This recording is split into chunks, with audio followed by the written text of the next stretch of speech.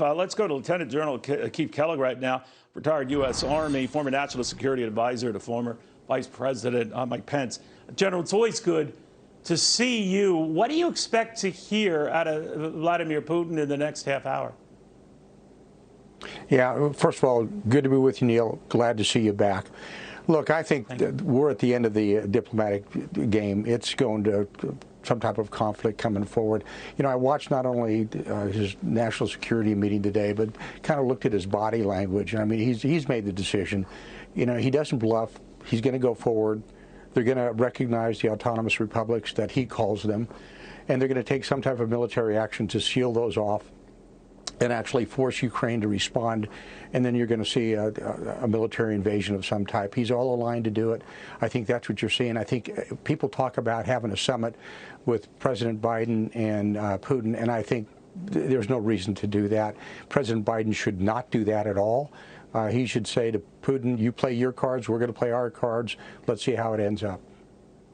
You know, it's interesting, General, too, because Putin has said he is going to consider recognizing these, you know, separatist states in Ukraine that are Russian-backed. And that, to me, seemed to signal if any harm comes their way or reported alleged harm, he's in there regardless.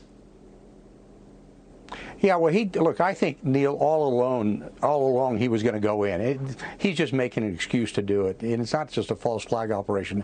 He's been wanting to do this. He has been saying for almost 15 years that to him, Ukraine is a national threat to their security. And he's been figuring a way to carve up Ukraine, and I think he's going to do it now. And he's going to use the autonomous republics, as he calls them, on the eastern one-third of Ukraine, which are predominantly Russian-speaking, as a reason to go in. And he's going to do it. He's amassed an incredible amount of forces. It's really an invasion force. I mean, Neil, he's got 75% of his army surrounding Ukraine with hundreds Wow.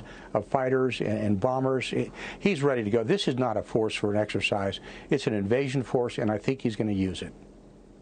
You know, real quickly, John, but I love when you're on so I can sort of pick your brain here. A lot of people think that he's fearing these sanctions that are coming his way, but his biggest and strongest currency is his oil.